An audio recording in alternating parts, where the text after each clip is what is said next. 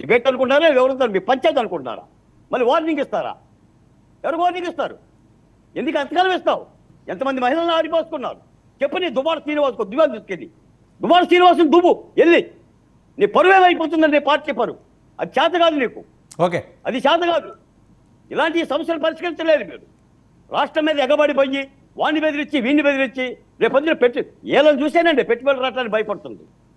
ఇటువంటి పార్టీని చూసే భయపడుతున్నారు. పోతే మీకు ఒక మాట చెప్తాను సార్, పదే పదే చర్చకు వస్తుంది కాబట్టి ఈవీఎంల గురించి ఒక మాట చెప్తా. ఈ రోజున ఈవీఎంల మాయాద్వారం ద్వారా కూటమి ప్రభుత్వం గెలిచింది అని అంటున్నారు.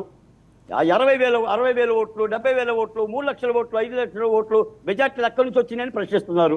మరి 40% ఓట్లు ఎక్కడి నుంచి వచ్చినాయి? ఈవీఎంల నుంచే వచ్చినాయా లేకపోతే మీరన్నా పోగేసుకున్నారు?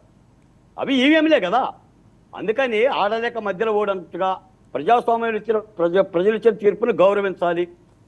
గౌరవించి పద్ధతి